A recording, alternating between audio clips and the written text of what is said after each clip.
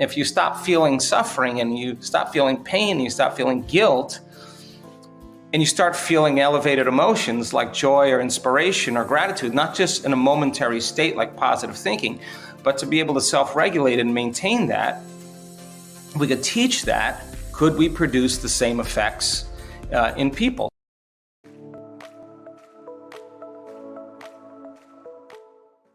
So I think this is a time in history, Mark, where it's not enough to know. It's a time in history to know how.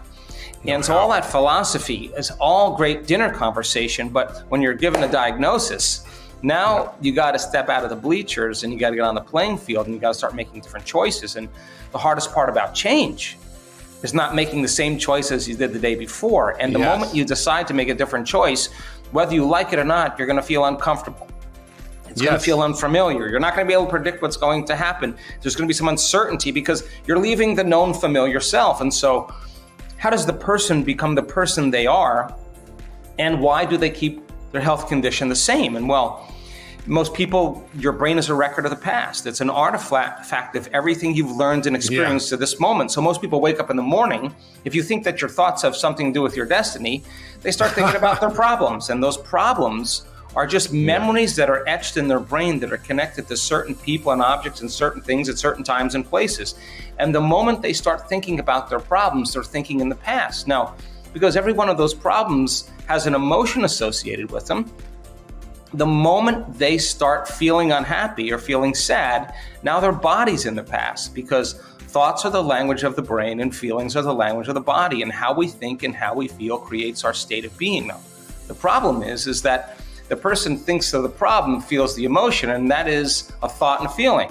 That's an image and an emotion. It's a stimulus and response, and that starts the conditioning process to get the body emotionally conditioned into the past. Now, here's the crazy part about that. The familiar past, emotionally, is producing dramatic effects on the body because the body is so objective that it does not know the difference between the real life experience that's creating that emotion and the emotion that person is fabricating by thought or memory alone. The body's believing it's living in the same past experience 7 days a week, 365 days a year. And the problem with that is that the environment signals the gene. That's epigenetics. And the end product of an experience in the environment is an emotion. So the person is keeping the same gene regulated because the body's believing it's living in the same environmental conditions. So getting that person to step outside of that familiar known territory into the unknown, where there is uncertainty, and have them be comfortable there and begin to think about how they are going to think. So if we don't address those unconscious programs, you can, and you're an integrated physician, you understand this, that you could have the healthiest ketogenic, vegan, intermittent fasting, enzymes, food combining. And if you're living in fear, if you're living in pain, the cell is not in a state to actually absorb anything. It's in a state of emergency. In an emergency, there's no growth and repair. So then we said, okay, let's see if we can demystify the process. So the concept, the word meditation, literally means to become familiar with. If you look at the symbolism of it and you look it up, it's familiarization. So you sit down and you say, okay, I don't want to be unhappy. I don't want to be angry. I don't want to talk trash about people. I don't want to complain. I want to blame. I don't want to make excuses. I don't want to feel lack. I don't want to have an attitude that's telling me I can. It's too hard. That's the old identity, right? So the moment you start becoming conscious of those unconscious thoughts, the moment you become aware of your automatic habits and behaviors, the moment you can notice that this is actually guilt that you're feeling, or sadness or pain, the moment you can become conscious and familiar with those states of mind and body, if you keep becoming familiar with it, if you keep becoming conscious of it, you won't go unconscious. So sitting in a meditation to know thyself, most people all of a sudden, here comes the barrage of thoughts. Here comes the propensities and habits, and here comes the emotions. The body's saying, you normally complain at this time. What are you doing sitting with your eyes closed? Let's think of a reason why you can complain. And the body starts influencing the mind. So if you break it down to for a person to understand, how many times do we have to forget until we start remembering and keep remembering and stop forgetting? That's the process of change. So then you put a person in a meditation and they hear that voice, they hear that chatter, they want to get up and go to the bathroom, they want to check their cell phone, they want to feel angry. And instead of getting up and saying, I can't meditate, see, they're coming to the end of the known. So they want to go back to what's known, right? If you teach the person what to do, and you show them that on the other side of that is freedom, on the other side of that is joy, you got to become so conscious, and it takes a lot of awareness, it takes a lot of energy to sit with yourself long enough to disentangle from those programs. Now, we now know that it's a formula, that if you follow a formula, you will actually start pruning circuitry.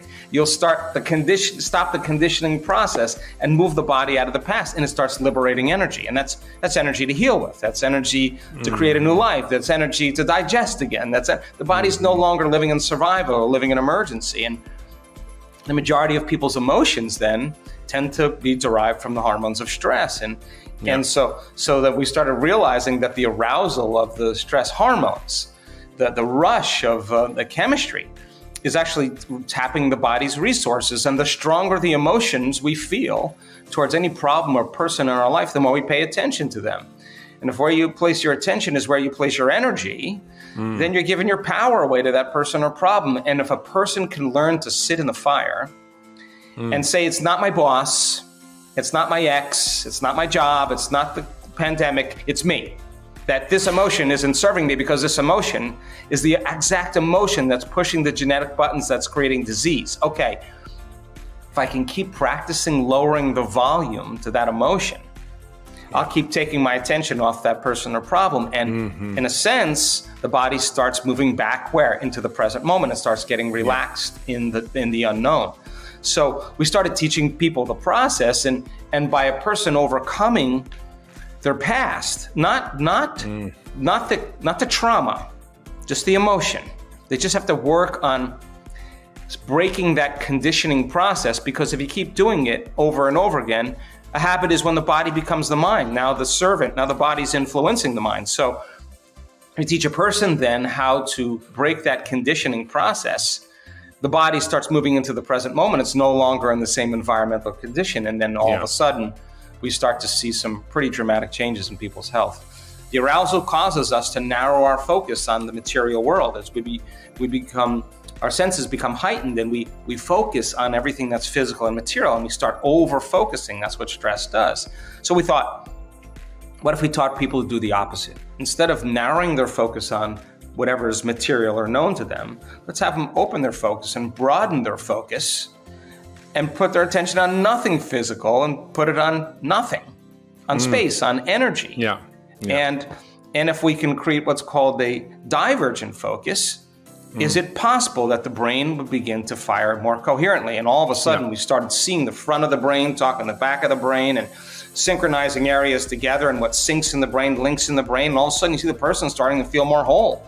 You keep doing that, more coherence creates more energy. The waves start standing and they start building on each other. And when that happens, there's an arousal that ultimately takes place in the brain, but the arousal is not fear, the arousal is not pain or aggression, and the arousal is not is anger. The arousal is ecstasy, the arousal is bliss. When that occurs, the stimulation that's being created, and we see these high gamma patterns that are off the scale. The arousal that's taking place is not taking place from anything out there in the environment. It's not taking place from the sports car, or the wardrobe, or the movie, or the cell phone. It's happening inside the person, and all of a sudden, that's a new feeling. They've never had that feeling before, and they start feeling connected. The side effect of that is even greater levels of order in the brain, and all of a sudden, the heart gets very turned on, it gets very signaled, and the person is moving into an elevated state.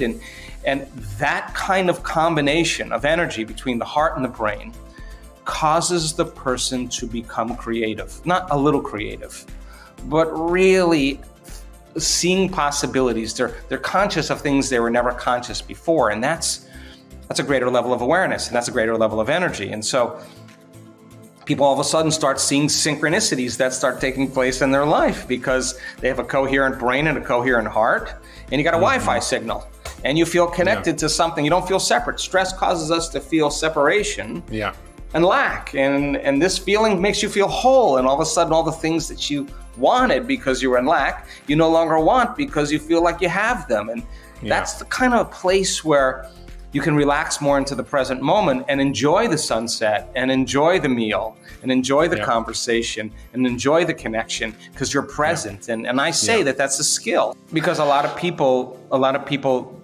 don't know what to do when they have that thought. They have no formula that's scientific and practical, that if they can practice enough times, if nerve cells that fire together wire together, then nerve cells that no longer fire together no longer wire together. And if you stick with it, and we can tell you this, that sooner or later that thought is going to start to have a weakening effect on your mind, until ultimately it's no longer going to be there because you no longer paid attention to it, no longer accepted it, no longer believed it, no longer surrendered to it. And most people, when they get to this point, Mark, they think, I'm doing my meditation wrong. And I always tell them, no. You're actually doing it right. That's what I want you to see. That's standing in the way between you and your happiness. On the other side of that is a whole new area that you get to wire your brain any way you choose. So then there's an unlearning process before the relearning process. There's a breaking a habit of the old self and a reinvention of a new self. You got to prune synaptic connections, and then you got to practice sprouting new ones. You got to unfire and unwire. You got to refire and rewire. You got to deprogram and reprogram. You got to lose your mind and create a new one. And you have to unmemorize emotions that keep you connected to the same familiar past, and then recondition the body to a new mind and to a new emotion. So then that process, if there's a formula to apply, let's just say, you sitting in your meditation, it means because it sounds good, right? But how do you get from here to there? I'm sure everybody's thinking is listening. Yeah, of course. No, but everybody's done it. They've done it. They just haven't made it a habit. And so then, if you're sitting in a meditation and you have something to do, and your body starts going, I'm angry, I'm frustrated, and it's my ex-wife, it's my whatever, and you go like this to your body. Okay, now listen, you settle down, and you know exactly what to do, and you tame the animal, you tell it to settle, stay, and you relax it back into the present moment. What I want you to know, down, boy. That's it. That's a victory. That's a victory. Yeah. And then if the body starts going, I got to get up, I got to check my cell phone, I got to go, I got a meeting, I'm busy, and you notice that your body's habituated into the same predictable future, and you settle your body back down into the present moment. Now you're executing a will that's greater than those unconscious programs, and that's a victory. And if you keep doing this over and over again, just like training an animal, the body's going to stay. It's going to surrender to a new mind. And when that occurs, there's a liberation of energy, and the person relaxes into the present moment. That's the unknown. The familiar past is the known. The predictable future is the known. The only one place left is the sweet spot of that generous present moment. Now let's get the person so familiar with their unconscious thoughts that when it comes, they don't respond to them. So aware of their habits and behaviors. So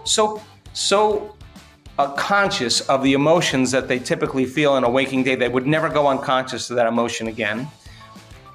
And you say to the person, hey, Mark, what thoughts do you want to fire and wire in your brain?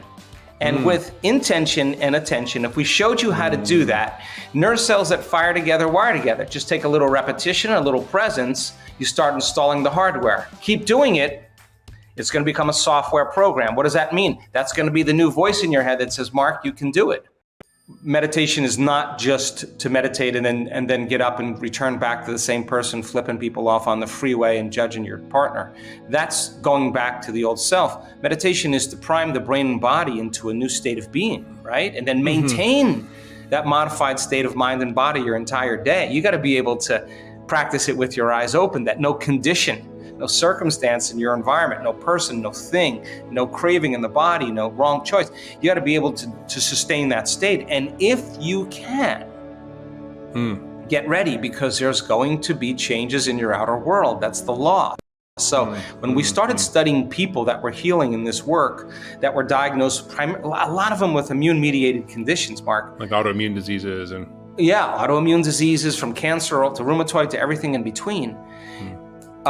They noticed that when they started doing the meditations, their well-being came back, but their blood values and their markers never changed. And it occurred to them, my God, I have a great meditation, I feel amazing.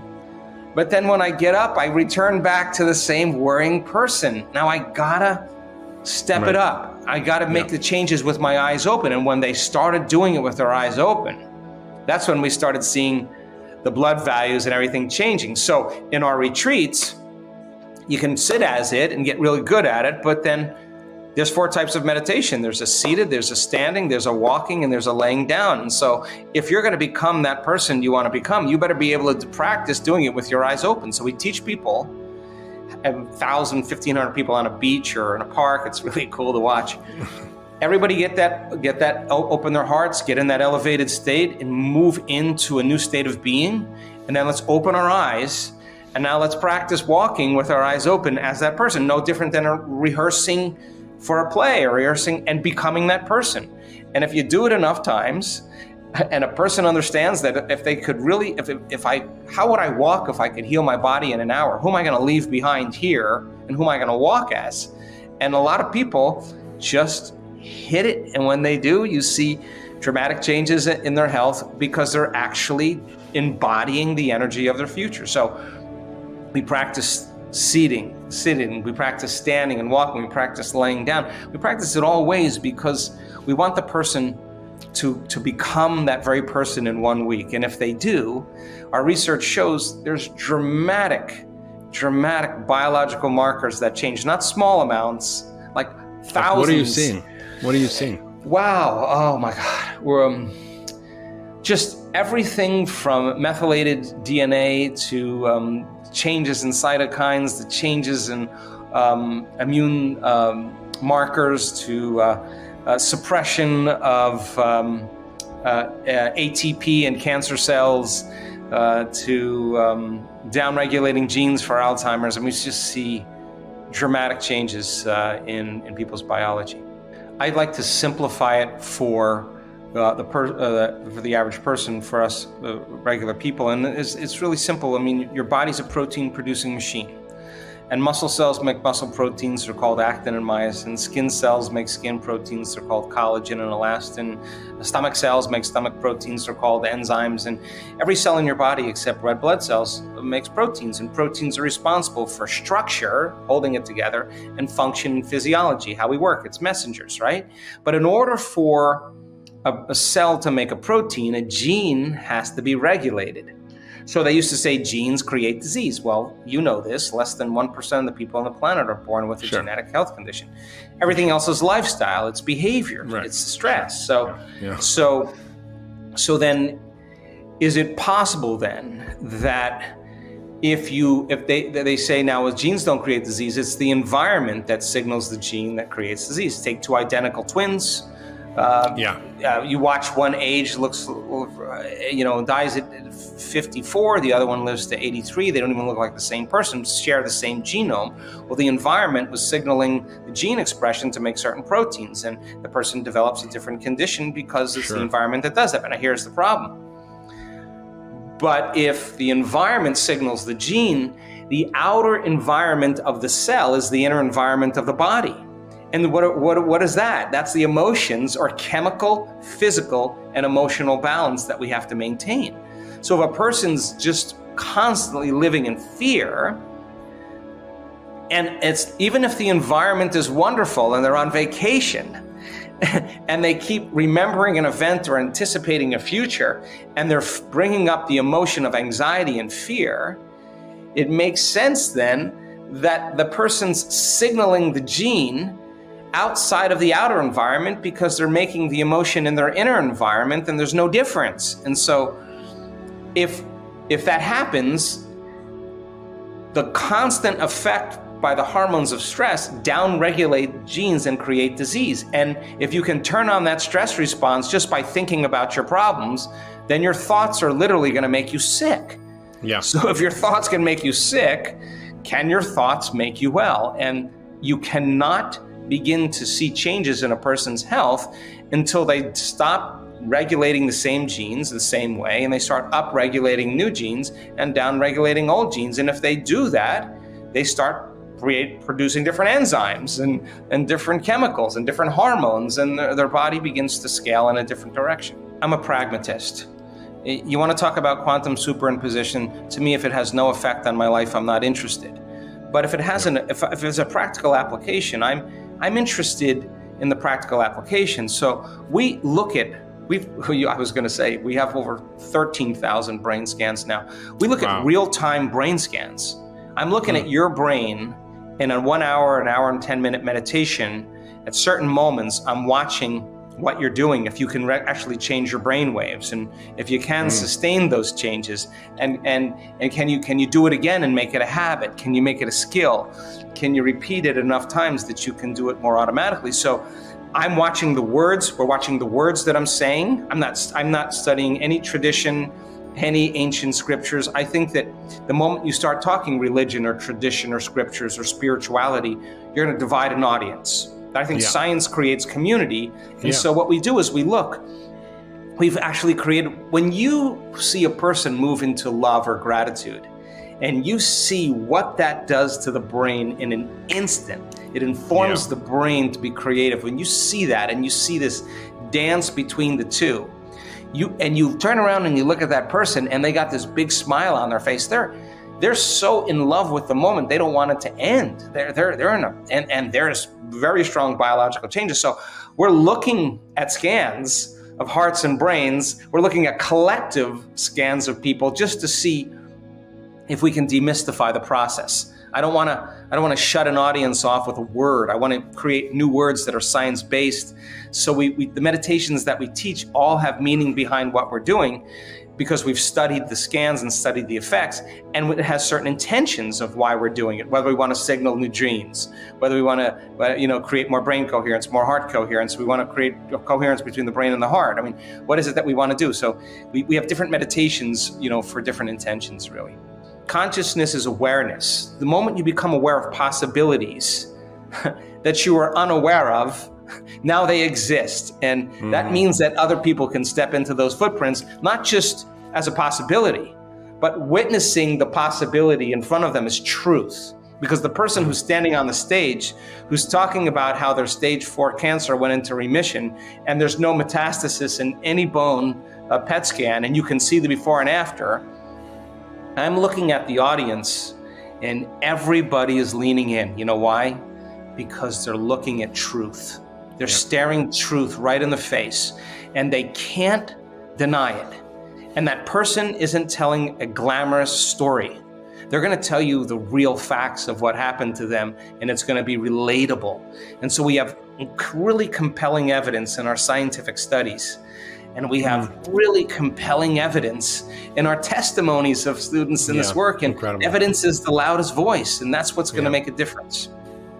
So the moment you start becoming conscious of those unconscious thoughts, the moment you become aware of your automatic habits and behaviors, the moment you can notice that this is actually guilt that you're feeling, or sadness or pain, the moment you can become conscious and familiar with those states of mind and body, if you keep becoming familiar with it, if you keep becoming conscious of it, you won't go unconscious. So sitting in a meditation to know thyself, most people all of a sudden, here comes the barrage of thoughts. Here comes the propensities and habits, and here comes the emotions. The body's saying, you normally complain at this time. What are you doing sitting with your eyes closed? Let's think of a reason why you can complain. And the body starts influencing the mind. So if you break it down to for a person to understand, how many times do we have to forget until we start remembering and keep remembering and stop forgetting? That's the process of change.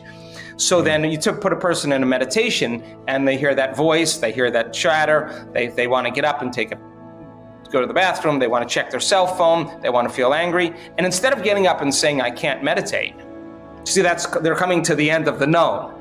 So they want to go back to what's known, right? If you teach the person what to do, and you show them that on the other side of that is freedom, On the other side of that is joy. You got to become so conscious, and it takes a lot of awareness. It takes a lot of energy to sit with yourself long enough to disentangle from those programs. Now, we now know that it's a formula, that if you follow a formula, you will actually start pruning circuitry.